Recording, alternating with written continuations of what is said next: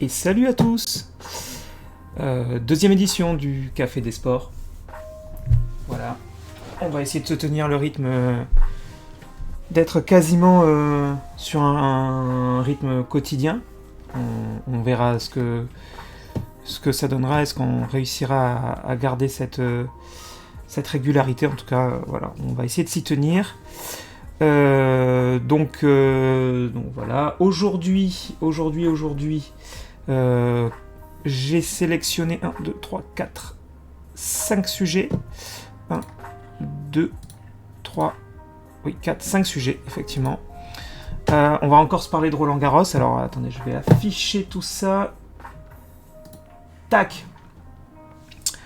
Donc, on va se parler de Roland Garros, mais plus largement de tennis. On va encore parler de Sinner, mais au sens plus large, on va surtout parler du tennis italien qui explose, quoi. Concrètement, là, ça se voit. Il y avait des prémices depuis quelques temps, mais là, vraiment à Roland, ça se voit. Ça se voit, ça se sent. Donc, on va parler du tennis italien, la Dolce Vita du tennis italien à Roland Garros, qui, à mon avis, va continuer même après Roland.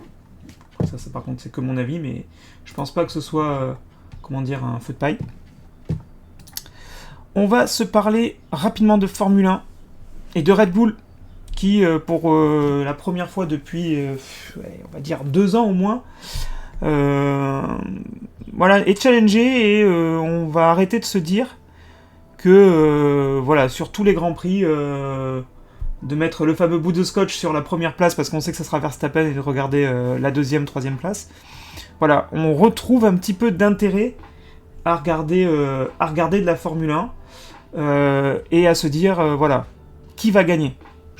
Question qu'on ne se posait quasiment plus hors fait de course incroyable, chose qu'on ne se posait plus comme question depuis 2-3 ans. Quoi. On va parler d'athlétisme avec l'athlétisme français qui est vraiment pas au mieux depuis un certain temps là, depuis même plusieurs années. Et en sachant que là, donc c'est les Jeux d'Europe, n'importe quoi, les championnats d'Europe, qui sont pour beaucoup aussi d'athlètes la dernière chance pour se qualifier pour les JO, à savoir donc que pour l'athlétisme, en fait, il faut réaliser des minima pour pouvoir participer aux Jeux Olympiques, et que beaucoup d'athlètes français, notamment Meyer, mais il n'y a pas que lui, n'ont pas réalisé leur minima pour être qualifiés pour les Jeux Olympiques. Donc, dernière chance pour eux d'y arriver. On va se parler de rugby, avec la finale de la Pro D2, donc pour ceux qui sont moins familiers avec le rugby. Pro D2, c'est la deuxième division française, et donc en fait, c'est aujourd'hui le format est fait de telle manière que le championnat de Pro D2 ne donne pas, enfin en tout cas le premier de Pro D2, le premier du championnat de Pro D2 ne monte pas automatiquement en top 14, puisque derrière il y a des phases finales, donc avec les 6 premiers en fait de Pro D2, et donc donc il y a les 6 premiers qui font une phase de barrage, donc ensuite c'est 3e contre 6e, 4e contre 5e qui se joue, les 2 vainqueurs jouent contre le premier et le second, et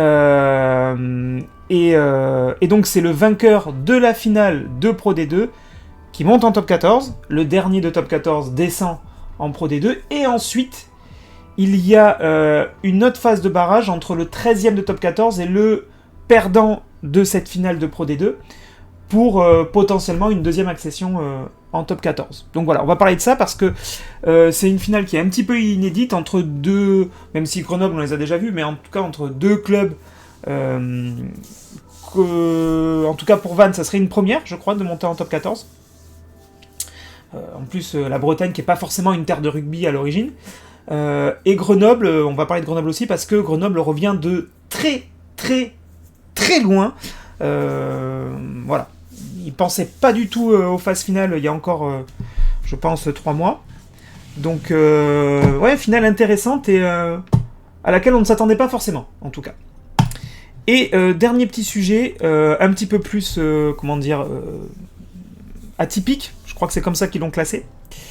Je sais plus, enfin en tout cas la catégorie.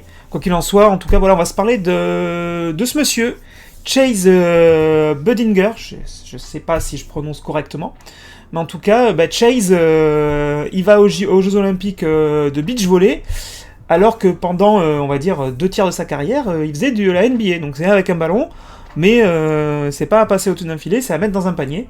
Donc voilà, trajectoire un petit peu atypique, c'est le cas de le dire, et voilà, qui fait penser peut-être, en tout cas si on fait un parallèle avec la France, à, par exemple un Luc Alphand qui a fait du ski alpin et qui après est parti sur de la course automobile, ou plus récemment Manodou qui a fait du handball et qui a fait de la natation, qui est parti sur du handball et qui est revenu sur de la natation. Donc voilà, c'est assez rare quand même des sportifs qui arrivent à être au haut niveau, au plus haut niveau mondial, sur des disciplines différentes. Et du coup, on va se parler de ce monsieur-là pour terminer. Donc c'est parti, on commence avec donc le tennis, Roland Garros, mais surtout le tennis italien. Donc on va lire un petit peu cet article, je vérifie juste, oui c'est bon, on est bien cadré, c'est bon. Donc, la Dolce Vita du tennis italien à Roland Garros. Jasmine Paolini en finale samedi. Donc, qui a gagné sa demi-finale. Que je dise pas de bêtises, jeudi, elle a gagné sa demi-finale. Yannick Sinner, numéro 1 mondial lundi. Les Transalpins se portent bien. Si à l'azur sur la porte d'Auteuil, si Yannick Sinner s'est incliné contre son grand rival Carlos Alcaraz au bout du suspense lors de la première demi-finale, le Transalpin est assuré de devenir lundi le premier Italien de l'histoire à prendre les commandes du tennis mondial. La surprise, Jasmine, je sais pas comment on dit, Paolini, 15e mondial, dispute elle à 28 ans, samedi, sa première finale de Grand Chelem, avec la lourde tâche de détrôner l'intouchable Iga Swiatek. Bon, ça reste une finale, mais ça risque d'être très très compliqué. Pour la première fois depuis 1968 et le début de l'ère Open, l'Italie était représentée en demi-finale dans le tableau dames et messieurs d'un même Grand Chelem. Les Transalpins attendent depuis 1976 et le sacre d'Adriano Panatta à Roland Garros une victoire en Grand Chelem chez les hommes. C'est désormais fait depuis le sacre à Melbourne de Yannick Sinner en janvier. Les femmes avaient montré le chemin avec Francesca Schiavone qui avait triomphé en 2010 à Roland Garros et Flavia Pennetta s'était adjugée l'US Open en 2015 devant sa compatriote Roberta Vinci. Ces dernières années, le tennis masculin azzurro ne fait plus de la figuration dans les grands rendez-vous. Le palermitain Cecchinato, alors 72e mondial, s'était hissé jusqu'en demi-finale de l'édition 2018, faisant tomber au passage Novak Djokovic, puis le Romain de 24 ans Matteo Berrettini avait atteint la demi-finale de l'US Open en 2019, à 31 ans Fabio Fognini soulevait en 2019 à Monte-Carlo le plus beau trophée de sa carrière et atteignait quelques semaines plus tard le top 10 mondial. En 2020, à Roland-Garros, 5 Azzurri s'étaient glissés au 3e tour, une première depuis 1955. L'Hexagone, qui n'a pu placer un seul de ses représentants en quart à domicile depuis 2017, Garcia et Mladenovic, regarde avec envie le renouveau de l'autre côté des Alpes. Directeur du haut niveau de la Fédération française de tennis, le Croate Ivan Ljubicic, qui joueur a été coaché toute sa carrière par le légendaire coach italien Riccardo Piatti, a tempéré. Je pense surtout que c'est Yannick Sinner qui illumine le tennis italien, c'est surtout de ça qu'on manque en France. Si on regarde le nombre de joueurs du top 200, on est mieux qu'en Italie, 26 Français et 16 pour l'Italie. N'en déplaise à Ljubicic, le péril jeune de nos voisins italiens est une réalité, fruit d'un système qui porte pour le moment plus ses fruits qu'en France. 5 joueurs âgés de 22 à 29 ans figurent au sein du top 50. 2 en France seulement, Humbert et Fils. Au début des années 2000, on comptait moins de licenciés et les résultats économiques étaient désastreux. Expliqué au Figaro Angelo Binaghi, aux commandes depuis 2001. Une profonde restructuration de la fédération a été décidée et un long investissement avec des résultats au-delà de nos attentes. En 2004, la Federazione a mis en place 2 centres techniques, à Tirreno puis près de Pise pour les garçons, à Formia près de Rome pour les filles, afin de repérer et de former de futurs champions. Surtout, la chaîne télé gratuite Super Tennis a permis de toucher de nouveaux publics et attirer des jeunes dans les clubs. Premier sport individuel, le tennis est désormais le 2e en termes de licenciés derrière le foot, avec 900 000 ?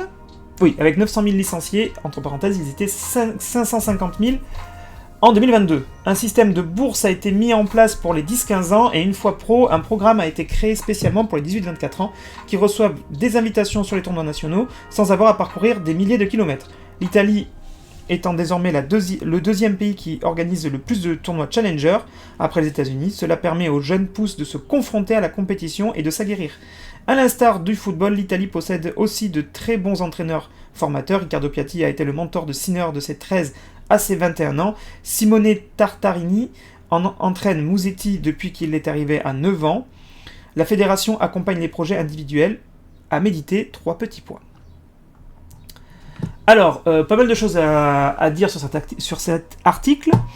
Déjà, moi, en tout cas, ce que je trouve, et si on devait comparer... Mince, j'ai décalé un peu. Tac, j'aurais pas dû décaler. Voilà. Ce que je trouve de différent par rapport à la Fédé française, parce que c'est vrai que ces deux pays de tennis, en tout cas, comment dire, voilà, on est vraiment comparable, je pense, à l'Italie sur le tennis.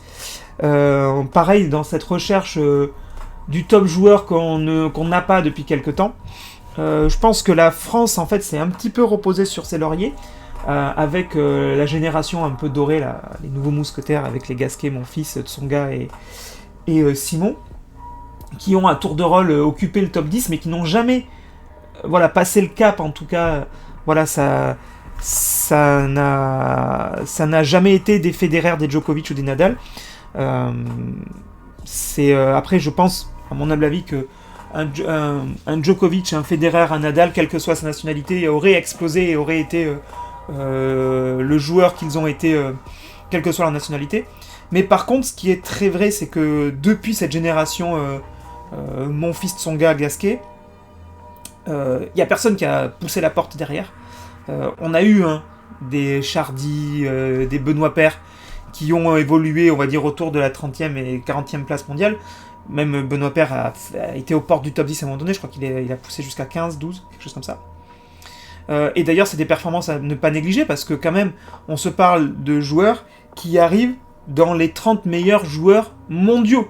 Si c'était dans un autre sport, comme le foot par exemple, oui, principalement le foot, on dirait que ce sont des cracks. Parce que voilà, aujourd'hui, le 30e meilleur joueur, si on devait faire un classement, le 30e meilleur joueur de foot au monde, c'est un crack. De toute manière, le 30e meilleur joueur de foot du monde fait partie du classement du Ballon d'Or. Donc oui, il faut quand même remettre un petit peu en perspective tout ça. Quand on est 15e, 20e, 30e meilleur joueur mondial, ça reste une grosse performance. Surtout sur un sport individuel. Le problème du sport individuel, c'est qu'à chaque tournoi, il n'y en a qu'un seul qui est sacré champion, et tous les autres sont des perdants, donc c'est toujours un petit peu compliqué sur des sports individuels. Pour revenir sur le tennis et sur l'Italie, moi ce que je trouve de différent par rapport à la France, c'est qu'ils ont des idées, quoi. Voilà, quand on lit qu'ils ont mis en place une chaîne télé dédiée au tennis qui est gratuite, donc accessible à tout le monde, en fait c'est le feu. Comment donner envie à des gens de jouer au tennis? Montrez-leur du tennis. Et on peut le décliner sur tous les sports, ça, en fait. Comment donner envie aux gens de faire, j'en sais rien, moi, du volley ou du handball? Montrez-leur du volley ou du handball. C'est ça qui génère les vocations quand on est enfant, c'est de regarder et de...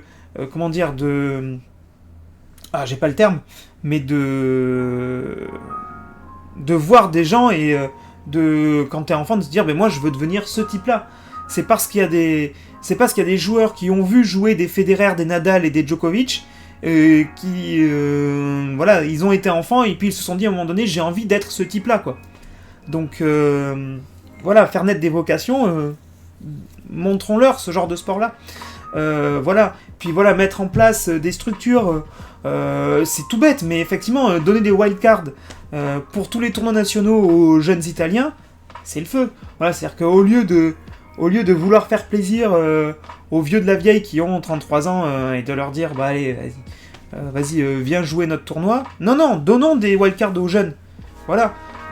Donnons la priorité aux jeunes. De toute manière, en France, on va plus avoir le choix vu que on a plus de, entre guillemets, de vieille gloire.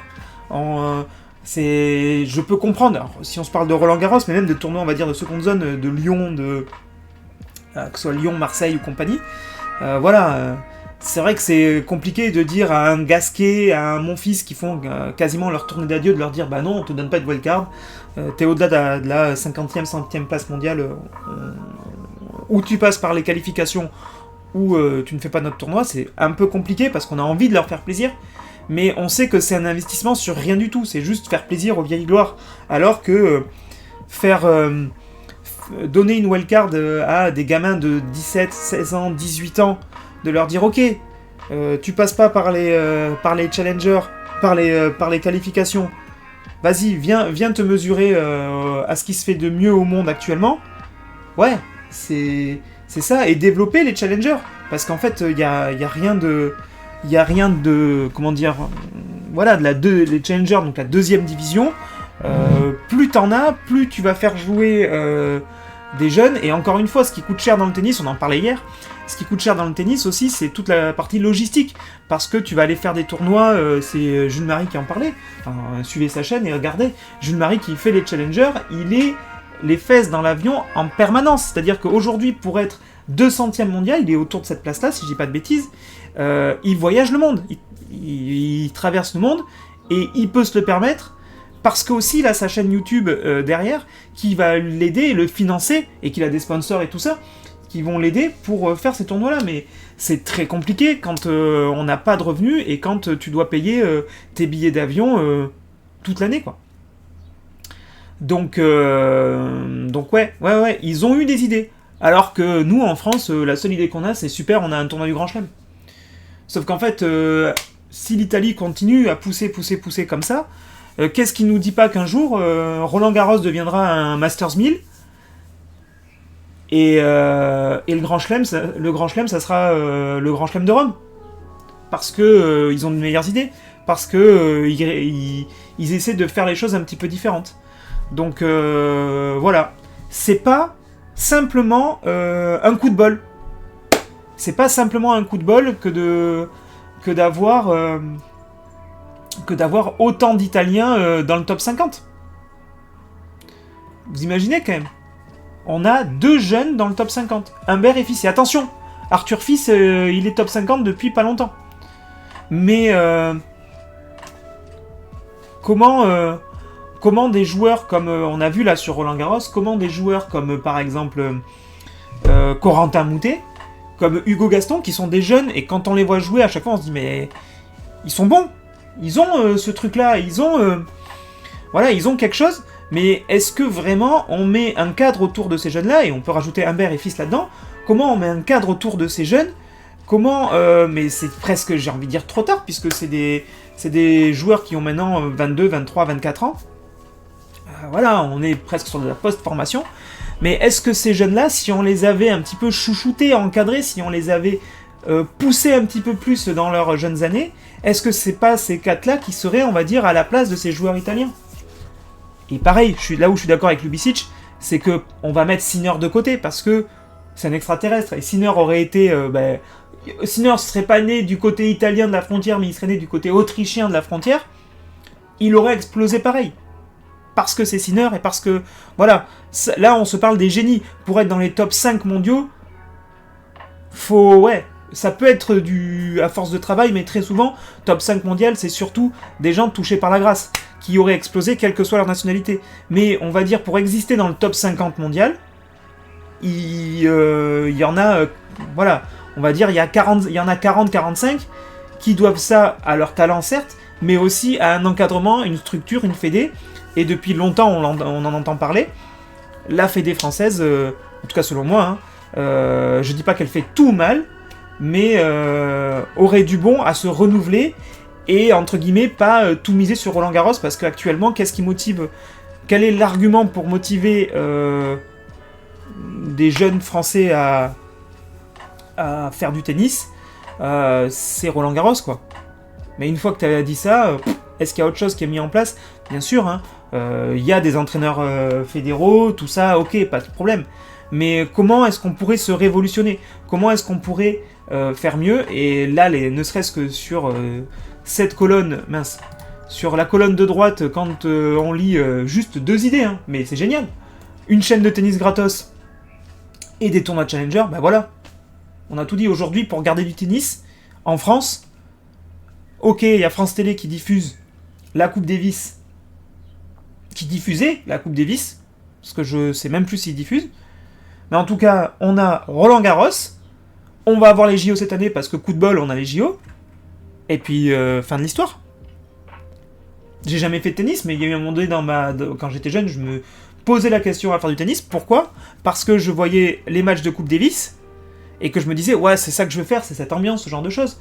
Mais aujourd'hui, Roland Garros, là où avant, tous les matchs étaient diffusés sur France Télé, aujourd'hui, si je veux regarder la Night Session, ben, je dois payer Amazon Prime. Ok, hein, on est dans un monde économique, et bien sûr, il faut payer, et tout ça, j'entends. Mais voilà. Est-ce que pour regarder du tennis, est-ce que je suis obligé de raquer Eurosport ? Ou beIN, selon les tournois. Parce qu'en plus, maintenant, c'est divisé entre Eurosport et beIN. Est-ce qu'il n'y aurait pas possibilité, alors évidemment, de ne pas tout diffuser en gratos, mais est-ce que France Télé aujourd'hui, par exemple, vu que maintenant ils se développent, ils ont une chaîne Twitch, un truc tout bête, on va faire un parallèle avec un autre sport qui, je suis sûr, va avoir de plus en plus de licenciés, le ping-pong. Le tennis de table, pardon. Tennis de table, je trouve ça génial que France Télé, via sa plateforme France Télé /, diffuse du tennis de table. Alors oui, pourquoi ils en diffusent ? Parce que on a, encore une fois, on a 2 extraterrestres principaux, les frères Lebrun. Mais voilà, le fait de montrer aux gens du tennis de table, eh bien oui, ça va faire créer des vocations. Il y a des gamins qui vont venir regarder ça en disant « Eh ouais, moi c'est ça que je veux faire ». Et s'il n'y avait pas eu France TV / pour leur montrer du tennis de table, est-ce qu'ils auraient eu cette vocation ? Peut-être pas. C'est ça en fait.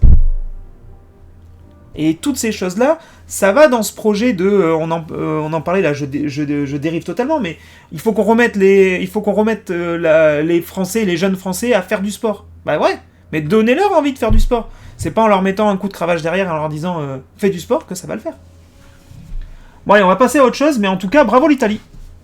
Bravo l'Italie, et puis vous savez quoi, même si moi je suis un peu chauvin, ben, je trouverais ça mérité que l'Italie ait une génération dorée pendant 5-10 ans avec ces jeunes-là, parce que les Cecchinato, mince, j'ai oublié son nom, Berrettini, comment il s'appelle là, celui qui était là au troisième tour cette année, j'ai plus son nom, mais voilà, ils ont du monde quoi.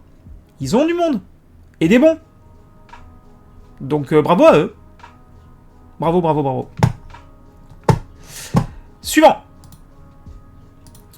Suivant, rapide, Formule 1.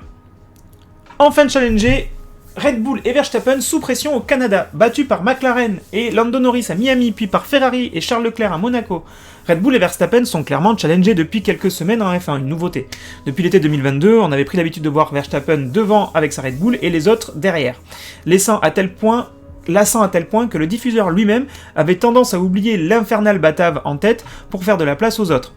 Tout cela n'est plus d'actualité. Depuis quelques semaines, le Néerlandais n'est plus souverain, même s'il domine toujours le championnat du monde. Après un début de saison canon avec 4 victoires en 5 courses, Verstappen avait pris de la marge, mais le triple champion du monde en titre a été battu par Norris et McLaren à Miami. Il a ensuite été sévèrement challengé toujours par ce même Norris à Imola, même s'il a gagné, s'imposant pour moins d'une seconde devant le Britannique, et dans la foulée, il a connu un week-end calvaire à Monaco.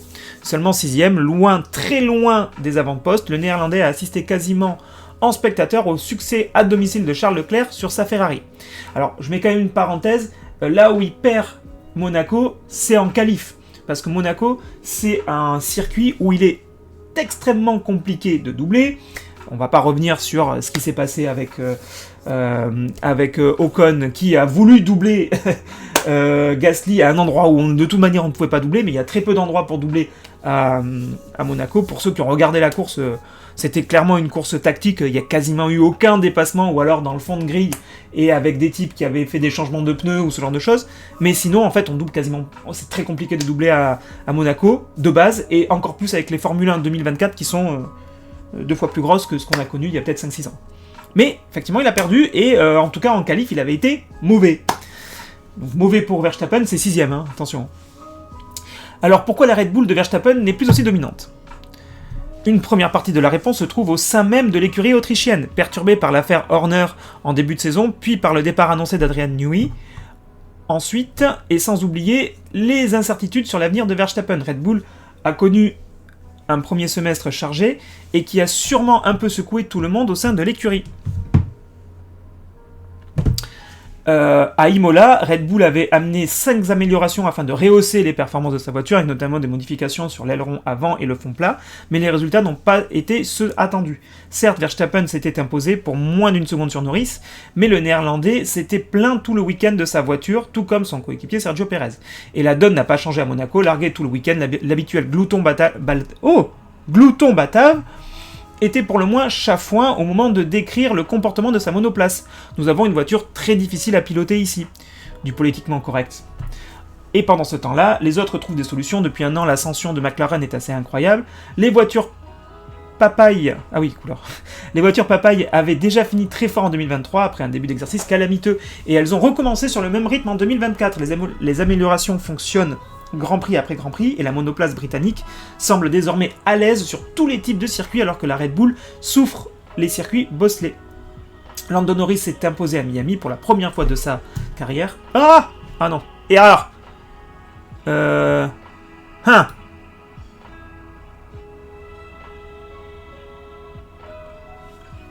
Alors là, est-ce qu'on va retrouver la page? Ah, l'erreur du joueur français là. Le joueur français qui a tout pété. Allez, ça c'est l'athlétisme, donc on va revenir. C'était loin. Tac. Allez, Max, t'es où? Là et là. Donc, de sa carrière, il a failli récidiver à Imola sur un tracé totalement différent. À Monaco, c'est son coéquipier Piastri qui a joué la victoire, preuve que McLaren performe partout. Et McLaren n'est pas seul à concurrencer les Autrichiens. Ferrari est là également. Les améliorations amenées à Imola ont davantage payé à Monaco avec le succès de Leclerc qui porte à 2 le nombre de victoires pour Ferrari après celle de Carlos Sainz en Australie. La Scuderia, emmenée par Fred Vasseur, est dans le coup après 8 manches et c'est déjà assez rare pour le souligner. Elle ne commet pas d'erreur pour le moment et ne compte que 24 points de retard sur Red Bull chez les constructeurs, tandis que Leclerc est à 31 points de Verstappen chez les pilotes. Cela met indubitablement la pression sur le néerlandais et Red Bull, qui a remporté les 2 dernières éditions du Grand Prix du Canada, un tracé qui lui plaît. Bon. Ce qu'il faut retenir de tout ça, en fait, c'est que déjà, Red Bull, effectivement, est challengé mécaniquement. Il y a pas de sujet sur le fait que Verstappen fait partie des top pilotes, mais je pense que sur cette fin de saison, on va vraiment voir la performance des pilotes, parce que les performances des voitures commencent à s'équilibrer, et effectivement, on a 3 pilotes, allez, je dirais 4, qui sortent du lot. On a Verstappen, on a Leclerc, on a Norris, et on a Sainz. Faut pas oublier Sainz, qui à chaque fois est dans le coup. La seule différence, c'est que comme Sainz ne devrait plus être, je sais plus si c'est officiel ou pas, mais si c'est officiel, je suis bête. Comme Sainz ne sera plus Ferrari l'année prochaine, effectivement, on a vraiment positionné Leclerc en numéro 1, donc il a à chaque fois les meilleures améliorations, ce genre de choses-là. Mais on voit que Sainz, on va dire, avec la voiture numéro 2 de Ferrari, est toujours dans le coup aussi. Et on est vraiment chez Ferrari sur de la stratégie d'équipe. On l'a vu à Monaco. Sainz, en fait, si Leclerc a fait une course tranquille, c'est parce qu'en fait, Sainz a ralenti et a contenu Norris pendant quasiment tout le Grand Prix. Donc, il y a vraiment ces 4 pilotes qui sortent du lot. Piastri, qui est un petit peu en second couteau, on ne sait pas s'il a vraiment la capacité pour aller chercher le step au-dessus. On va le voir dans la saison, mais il est jeune aussi, Piastri. Norris est jeune, mais il a un peu plus d'expérience que Piastri. On voit que celui qui est en train de lâcher prise totalement, c'est Pérez. Et ça risque de jouer pour le classement constructeur. Parce que clairement, on a Verstappen qui va porter quasiment à lui tout seul sur ses épaules les points de Red Bull. Enfin, je veux dire, ça veut pas dire que Pérez va faire 0, mais quand on voit qu'un Pérez fait régulièrement P9, P10, des fois il est hors des points, ça va être compliqué. Si en tout cas Ferrari continue à garder ce niveau et McLaren ce niveau de performance, ça va être compliqué de finir premier au classement constructeur. Et c'est important le classement constructeur pour les sponsors, pour toutes ces choses-là. Effectivement, ce dont on parle le plus quand même, c'est la place de champion du monde pilote, mais la place de champion du monde constructeur est importante. Ça récompense une équipe. Et là, pour le coup, Red Bull, ça va être compliqué cette année, je pense. Mais en tout cas, c'est bien, ça relance l'intérêt de ce championnat, parce que clairement, en fait, même si bravo Verstappen, on s'aperçoit aussi que Verstappen a autant dominé, parce qu'il avait une voiture qui dominait vraiment aussi le championnat. Et là, maintenant qu'on a des voitures qui se valent à peu près, eh bien, on voit qu'il y a un intérêt, et il n'y a pas que Verstappen. Et attention, parce qu'il y a une autre équipe qui pourrait se mettre dans la course, c'est Mercedes. Pour l'instant, ils sont quand même en décrochage, mais ils sont pas loin. Ils sont à chaque fois P6, P7.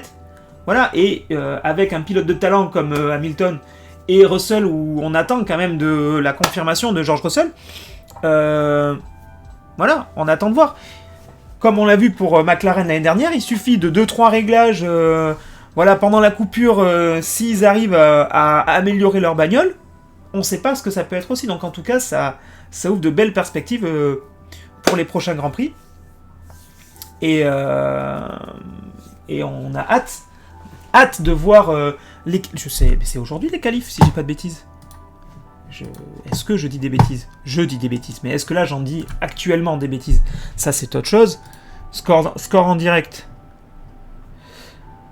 Du football, ça d'accord. Football. Formule 1, oui ! Les qualifs, 22h. Tiens, on va regarder un petit peu. Grand Prix du Canada. Qu'est-ce qui s'est passé ? Ah, attention les essais libres, parfois ça veut rien dire. Norris, Sainz, Leclerc, Hamilton, Verstappen. Exactement ce dont on parlait. Norris, il fait le meilleur temps en 8 tours. Verstappen, il a fait son meilleur temps, et encore il était à 2 secondes, en 10 tours. Ok. Mince.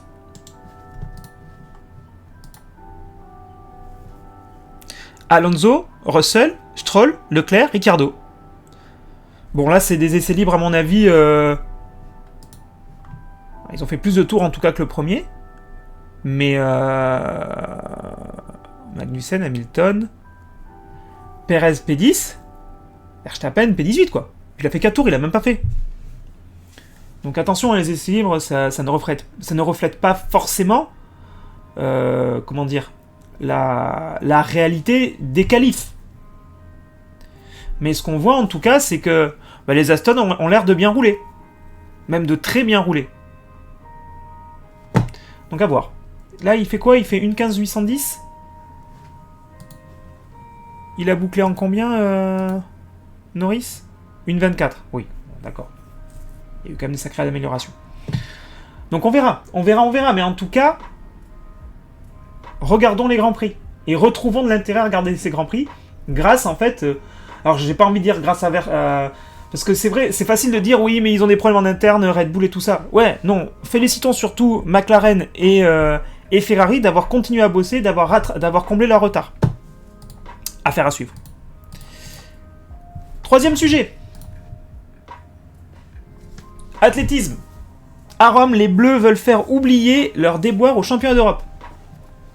Après des débuts chaotiques entre oubli de désinscription et suspension pour manquement antidopage, l'équipe de France d'athlétisme veut faire oublier ses déboires sur la piste du stade olympique de Rome où débutent vendredi les championnats d'Europe. Je fais une parenthèse. Encore une fois, on passe pour des amateurs. Mais vraiment quoi. C'est-à-dire que la France, terre de sport, on organise les JO, on n'est pas fichu d'inscrire les bonnes personnes sur les listes pour les championnats d'Europe. C'est terrible. Mercredi, dans les sous-sols de l'Institut français de Rome, QG de fortune du Club France, le temps de la compétition, le directeur de la haute performance de la Fédération française d'athlétisme, Romain Barras, ne cachait pas qu'il avait eu une semaine agitée avant de poser ses valises dans la capitale italienne. La faute à des erreurs administratives majeures. Évidemment, c'est pas la faute à Romain Barras, mais bon, c'est lui le patron, donc c'est lui qui prend. pour reprendre les termes de la Fédération européenne et l'oubli de la Fédération française d'athlétisme d'inscrire 2 de ses athlètes, Azzedine Habs et Simon Bédard, et d'en désinscrire 12 autres. Ce couac arrive parce que le ranking mondial, classement sur lequel la Fédération française d'athlétisme base sa sélection, est mis à jour le mercredi à 11h. On a un comité de sélection qui est à midi, et il y a des cas où on a dû discuter, et ensuite il fallait rentrer les athlètes avant 14h pour les inscrire, et on en a oublié 2. A tenté tant bien que mal d'expliquer Romain Barras. Allez, voilà, tu peux expliquer ce que tu veux, mais la vérité c'est que tu t'es loupé.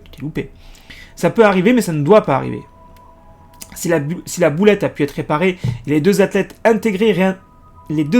réintégrés grâce au lobbying intense de la fédération, l'image de la fédération française en a pris un coup. C'est la pire situation dans laquelle un athlète peut être, a affirmé jeudi la lanceuse de disques et cadre de l'équipe Mélina Robert-Michon, qui confirmait s'être fait chambrer par les autres délégations.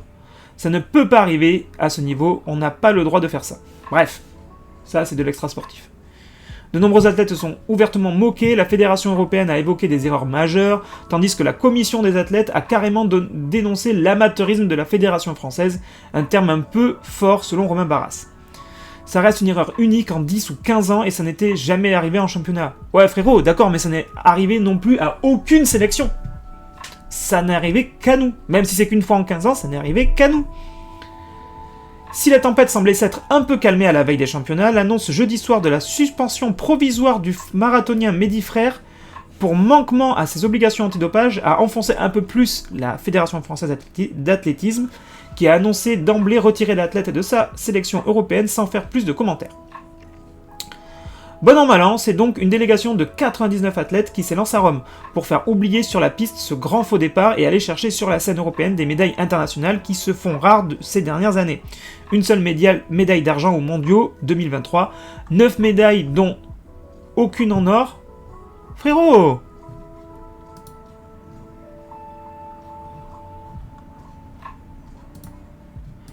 Une seule médaille dont aucune en or à l'Euro de Munich en 2022. Et si Romain Barras ne veut pas donner d'objectifs chiffrés, ce n'est pas dans ma conception de l'athlétisme, il admet volontiers que des championnats d'Europe réussis serviraient de rampe de lancement avant les Jeux.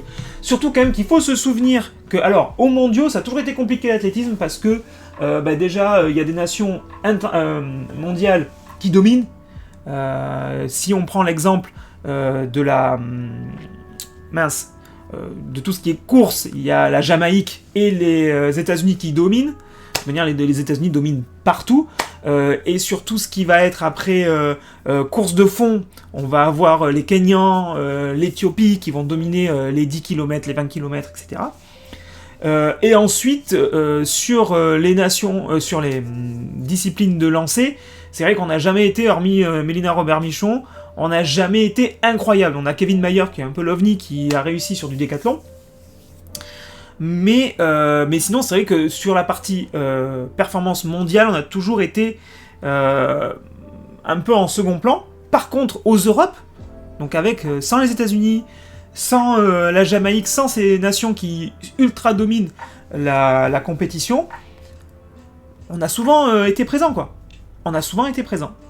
Mais là, depuis presque 10 ans, clairement, Mayer, c'est l'arbre qui cache la forêt, quoi. Sinon, avant Mayer, c'était quoi? Il y avait Christophe Lemaître, qui, en tout cas, était régulièrement présent en Europe et qui faisait parfois des triplés. Je me souviens d'une... Je sais plus où c'était. Ouais, il fait 3 médailles, et je sais même pas s'il fait pas 3 médailles d'or. On a la Villeni, mais une fois que t'as dit ça, plus grand chose, quoi. Parmi les gros poissons français, le recordman du monde, Kevin Mayer, tentera à Rome d'aller chercher un premier titre européen, mais surtout les minima olympiques, ce dont je parlais tout à l'heure. Lui qui n'a pas terminé de décathlon depuis celui d'Eugene en juillet 2022. Le double champion du monde, 2 fois médaillé d'argent olympique, a tenté les minima à San Diego, fin mars, mais a arrêté sans aller au bout de la première journée. Pas qualifiable vu son absence de compétition, il a finalement reçu une invitation de la Fédération européenne. Je n'ai pas de crainte sur sa capacité à réaliser les minima, a affirmé Romain Barras. En championnat, c'est toujours un autre Kevin, ça lui a laissé du temps pour se préparer dans les bonnes conditions. Par ailleurs, Alice Finot sur 3000 mètres steeple ou Sirena Samba Mayela sur 100 mètres et sont parmi les favorites dans leur épreuve respective, tandis que la jeune garde Yanis Méziane sur 800 mètres, Louise Maraval, je vais y arriver, sur 400 mètres et a aussi des cartes à jouer à l'échelle européenne, où le plateau reste bien moins élevé qu'au niveau mondial, ce dont je parlais. La première médaille pourrait arriver dès vendredi soir avec le relais 4x400 mètres mixte. Et je n'ai pas vu d'infos là-dessus, donc je pense, parce qu'évidemment, même si c'est l'édition du Figaro Sport du 8 juin, elle a été écrite avant, le vendredi dans l'après-midi très probablement, donc le 4x400 mètres ne devait pas être couru. Bon voilà, hein, il n'y a pas grand-chose à rajouter, on parle beaucoup plus de la France sur un plan extra-sportif que sur un plan sportif, en athlétisme. Ça serait bien, ça serait vraiment très bien qu'on arrive quand même à claquer quelques médailles, quoi. Pour relancer un peu la dynamique, ça serait pas mal de lancer une belle dynamique avant les JO. D'arriver avec, voilà, pas la grosse tête, mais voilà, avec quand même des certitudes. Ça serait quand même sympa, quoi. Surtout que ça fait un moment, quoi, qu'on attend ça. Parce que la jeune garde, c'est bien beau, Yanis Méziane, Louise Maraval, c'est la jeune garde. Mais c'est pas... Alors, tu peux toujours avoir, voilà, je parle surtout pour les Jeux Olympiques, tu peux avoir, voilà... le gars qui va te faire le championnat d'une vie et qui va exploser alors qu'on le voyait pas arriver. Mais ça serait bien d'arriver avec un Kevin Mayer avec des certitudes sur ses performances. Ça serait bien d'arriver avec... je sais pas, pourquoi pas... alors je sais pas si la Villeni a fait les minima, mais voilà, ça serait bien d'arriver avec des gens qui ont des certitudes et qui vont porter l'équipe de France d'athlétisme vers le haut, quoi. Affaire à suivre. 4e sujet.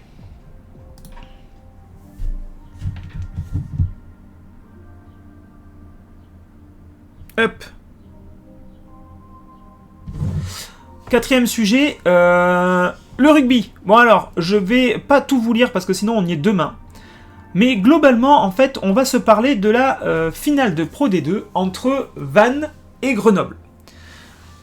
Deux clubs qui sont donc assez atypiques pour deux raisons différentes. Vannes parce que clairement ça serait la première fois que un club en tout cas à ma connaissance, un club breton se hisse en top 14. Clairement, et je trouve ça bien, même si moi qui viens du sud-ouest, je suis content quand il y a des clubs du sud-ouest qui représentent la région.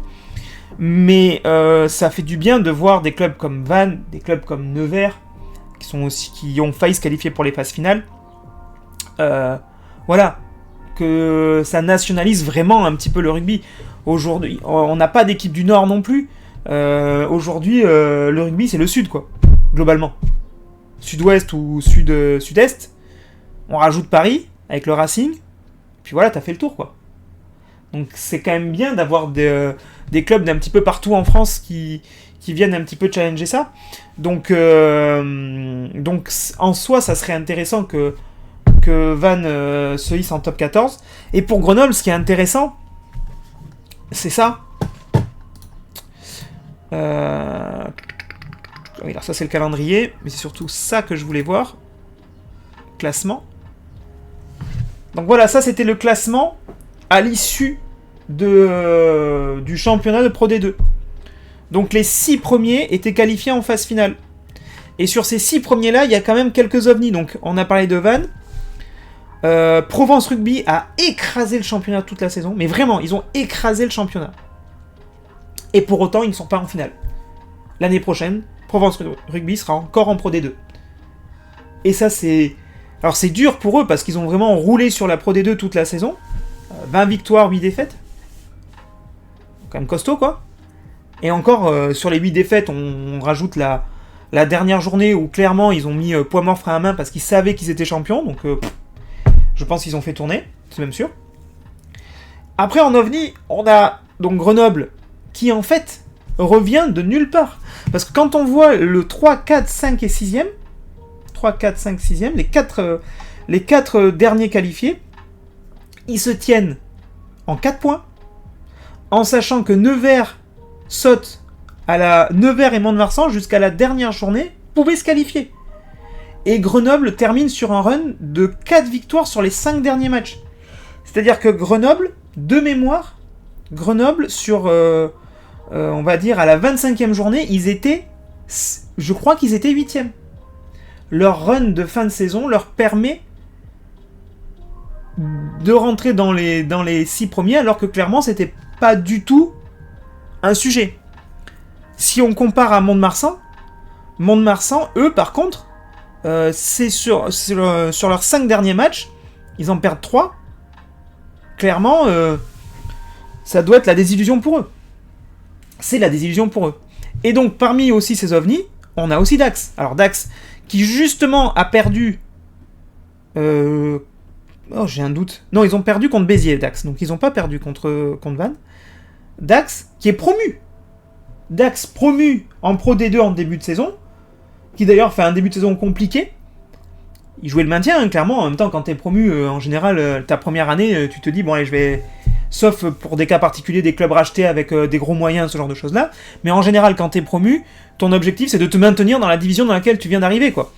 Et non, Dax a joué les phases finales. Donc on avait cette année des phases finales quand même très atypiques, où, ben voilà, on aurait pu s'attendre à voir du Agen, à voir du Mont-de-Marsan, à voir du Nevers, des équipes qui sont régulièrement dans les phases finales. Et non, cette année, on avait quelques ovnis, et donc on a une finale d'ovnis entre Vannes, même si ça fait quelques temps qu'ils toquent à la porte, Vannes qui serait une première pour un club breton en top 14, et Grenoble qui sort de nulle part, clairement, quand on regarde le run de fin de saison. Voilà. Il fallait faire ça, à mon avis, pour rentrer dans les 4. De toute manière, voilà, ils faisaient 3 victoires sur 5, au lieu d'en faire 4 sur 5. Je crois que la victoire est à 4 points, si j'ai pas de bêtises. Bah, ils étaient pas dans les clous, quoi. Il fallait pas faire moins pour se qualifier. Et ils sont en finale. Bravo à eux. Et donc, ils ont 2 chances de se qualifier pour le top 14. Première chance contre Vannes. Et Vannes, c'est la même chose, hein. Première chance, ils l'ont là. Le vainqueur monte en top 14. Et le perdant jouera le 13e de top 14, qui sera probablement Montpellier. Donc pareil, Montpellier qui en plus est en crise sportive catastrophique. Donc ils seront à point. Vraiment, 2 belles chances. Et ça serait vraiment mérité pour les 2 clubs si les 2 clubs arrivaient à se retrouver en top 14 l'année prochaine. Voilà. Ça, c'était pour le rugby. Et donc, dernière petite pastille. Hop, avant de se quitter, on va se parler de Chase Budinger. De la NBA au JO de Paris en beach volley. Parmi les meilleurs jeunes volleyeurs américains dans les années 2000, Chase Budinger avait alors décidé de se consacrer au basket. Il a joué 7 ans en NBA avant de se lancer dans le beach volley, récit d'une reconversion prévue de longue date par celui qui vient de se qualifier pour les JO de Paris. Donc le type, quand même, se permet d'être chaud bouillant au volley, mais de partir en NBA, j'imagine aussi parce qu'en termes de plan de carrière, ça peut être quand même plus intéressant. Et après, il part en beach volley, donc c'est même pas du volley, c'est du beach volley, même si forcément il a quand même des bases, pas la même chose, pas le même sport. Donc, il y a plus d'un point commun entre Chase Budinger et Stephen Curry. Tous les deux ont des familles mixant basket et volley, tous les deux ont rallié la NBA après avoir été draftés en 2009, donc voilà, on est sur la même génération que Curry. Tous les deux ont été conviés au All-Star Weekend de la plus grande ligue de basket au monde. Et tous les deux participeront au JO de Paris. Mais si Stephen Curry, fils d'un basketteur et d'une volleyeuse, disputera le tournoi de basket 5 contre 5, une première pour lui aux Jeux Olympiques, Chase Budinger sera engagé dans celui du beach volley, une découverte pour lui aussi. Il a validé son billet pour le Champ de Mars où sera posé le stade de beach avec son compatriote Miles Evans en atteignant les quarts de finale des 4 derniers tournois majeurs auxquels ils ont participé. Budinger dispute cette année sa 7ème saison en tant que beach volleyeur, donc c'est pas c'est pas le mec qui était en NBA qui s'est dit je suis pas mauvais en volley, j'arriverai jamais à être qualifié pour la NBA, tu sais, ça aurait pu être ça. Et il se dit année olympique, bon, j'arrête la NBA. Non, ça fait 7 ans qu'il a arrêté la NBA. Budinger dispute cette année donc sa 7ème saison en tant que beach volleyeur, il en avait passé autant en NBA. Il n'y fut pas une star, mais il y a pris sa part. Un peu plus de 400 rencontres disputées, 8 points et 3 rebonds en près de 20 minutes en moyenne par match, donc c'était clairement quelqu'un qui était dans la rotation, hein. On était quelqu'un qui était en sortie de banc. Avec cerise sur le gâteau, une participation au concours de dunk en 2012, où il avait marqué les esprits en sautant au-dessus du rappeur P. Diddy. Toujours un plaisir, le All-Star Game. 2012, l'année de la première bascule, puisqu'il se fait opérer du genou gauche. Rebelote en 2013.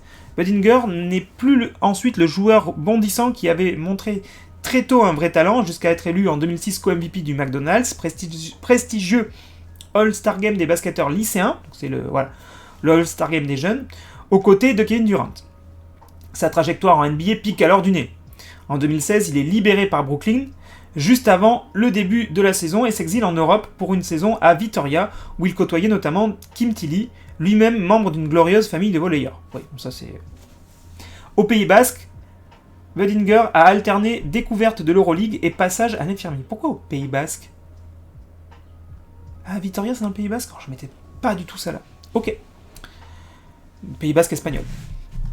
La seconde bascule a lieu à l'issue de cette saison-là. En 2017, fini les traumatisants parquets, il choisit de passer au sable. C'était une décision difficile d'arrêter un sport que j'avais pratiqué toute ma vie, a-t-il confié en 2019. Le basket était mon premier amour, j'adorais ce qu'il nécessitait de hargne et de physique. La seule bonne chose, c'est que c'était prévu. Le plus dur, c'était de choisir le bon timing pour le faire. J'ai beaucoup douté. Ah. Hop, les volets qui font des siennes. Hop. En cela, il confirmait que ce que sa mère déclarait dès 2006 à son départ à la fac d'Arizona, quand il avait décidé d'abandonner le volley indoor alors qu'il avait été élu meilleur lycéen du pays dans cette discipline l'année précédente pour jouer exclusivement au basket, et voir jusqu'où ça pouvait le mener. Il ne quitte pas le volley, c'est juste qu'il n'y jouera pas à l'université, mais cela fera toujours partie de sa vie. Chez les Budinger, c'est avant tout le volley qui est sacré. Qu'il soit joué en salle ou sur la plage, Son grand frère Duncan et sa grande sœur Brittany l'ont tous les deux pratiqué en pro en Europe. J'ai grandi en voulant leur ressembler. En jeune, j'étais surclassé et on me faisait jouer comme pointu. Si j'étais resté dans ma catégorie d'âge, j'aurais été central parce que j'étais plus grand que les autres. C'était malin de la part de mes parents. En jouant à l'extérieur, ça m'a permis de développer plus de qualité et de comprendre le jeu de passe. C'était la même chose en basket, il faisait en sorte que je joue arrière et non intérieur. Oui, donc en fait, pour traduire un petit peu, il lui faisait jouer... En fait, comme il était grand, il lui faisait jouer des postes de petits pour apprendre en fait ce que c'était que faire des passes, ce genre de choses. En basket, en général, quand t'es très grand, on te fait jouer centre, enfin pivot, pour forcément être sous le panier mais claquer des dunks. Et quand tu es en volley, alors tout le monde est grand en volley, mais en général le pointu, si j'ai bien compris, et je veux pas dire de bêtises, alors, attends, j'ai grandi en jeune, j'étais surclassé, on me faisait jouer comme pointu, si j'étais resté dans ma catégorie d'âge, j'aurais été central, voilà. Le central, c'est celui qui est en plein milieu, qui est le plus grand, les pointus sont un peu plus petits. Et en fait, c'est ça, la réflexion de ses parents, c'est faisons-lui tout découvrir, même si on sait qu'il sera grand à terme, ça sera du bagage en plus, puisque en fait, si on te fait jouer, je reprends l'exemple du basket, je m'y connais un peu plus, si on te fait jouer pivot en permanence, tu vas apprendre à prendre le ballon et à mettre juste un panier. Et tu arrives dans des catégories, on va dire pro, où tu sais faire que ça. Alors que aujourd'hui, on le voit. Même si on prend l'exemple de Wembanyama, il est très grand, mais il sait faire beaucoup plus que mettre des dunks. Doncic, c'est pareil. Porzingis, c'est pareil. Et effectivement, c'était très intelligent dès des catégories de jeunes de lui apprendre à faire autre chose que juste mettre des dunks. Le volley et le beach volley sont des sports frères, et le basket est un cousin. On y trouve de nombreuses similitudes dans les qualités exigées. Dextérité, proprioception, je crois que si je dis pas de bêtises, c'est savoir se situer dans l'espace. C'est-à-dire, où est-ce que je me situe dans l'espace ? Par exemple, si je suis dos au panier, est-ce que je sais exactement où est situé le panier sans le regarder ? Globalement, c'est ça. Vitesse de réaction, esprit d'équipe, stratégie défensive ou encore verticalité, notamment utile au bloc, qui est sans surprise une spécialité de Budinger. D'ailleurs, ce n'est pas la première fois qu'un sportif de haut niveau mêle volley ou beach et basket, même de l'équipe américaine de volley qui a participé au premier tournoi olympique. Bon, après voilà, ça parle un petit peu de qui l'a formé, mais surtout en fait c'était intéressant de parler de ça, tout simplement parce que voilà, on est sur quelqu'un qui avait prévu de toute manière de passer au volley. Ses problèmes au genou, je pense, lui ont précipité la chose, et c'est pour ça, à mon avis, qu'il est passé au beach volley et pas au volley classique, parce qu'il aurait eu le même problème, en fait, je pense que c'était le problème de la réception sur le parquet, en fait, son genou, en fait, la violence des chocs, quand en fait il est retombé sur le parquet, lui flinguait le genou, donc c'est pour ça qu'il est passé sur du beach volley. Donc ouais, intéressant, et c'est toujours cool de voir des gens en capacité de faire ça, même si là on n'est pas sur des sports diamétralement opposés comme ce que je parlais tout à l'heure, passer du ski au sport automobile, ça n'a rien à voir. Mais ouais, moi je trouve ça toujours interpellant et c'est vraiment... voilà, on se parle de gens qui, à mon avis, sont des monstres sportifs, tout simplement. Des monstres sportifs. Donc voilà, on suivra ça. On le suivra aux Jeux Olympiques. Chase Budinger. Est-ce qu'il sera capable d'aller loin? Parce que l'article ne dit pas son vrai niveau volley. Beach volley, est-ce qu'on est sur des top players ou pas? Quoi qu'il en soit, voilà, c'est toujours intéressant de voir des histoires comme ça. Et c'est fini pour nous aujourd'hui. C'était cool. Voilà, l'idée c'est d'aller... je me force un petit peu à pas tomber dans les infos intéressantes. Moi, je préfère aller vous chercher des infos un petit peu plus de niche comme ça. Et puis, voilà, parler au sens large de sport et pas des trucs mainstream que, voilà, parler de la compo de Deschamps qui va jouer demain soir contre le Canada. Non, voilà, ça... on peut en parler, mais c'est des choses dont vous pourrez parler bien ailleurs qu'ici, et j'espère en fait que sur cette chaîne-là, on puisse parler d'éléments qu'on parlera moins dans d'autres médias. C'est ça le but de la chaîne, voilà. En tout cas, je garde toujours autant de plaisir de faire ces petites revues. Voilà, j'espère qu'on aura du monde à terme pour pouvoir interagir, comme je disais la dernière fois. En attendant, les rediffs sont présentes sur ma chaîne Twitch. Et puis voilà, et puis je vous dis, j'espère à demain pour une autre vue. Salut à tous!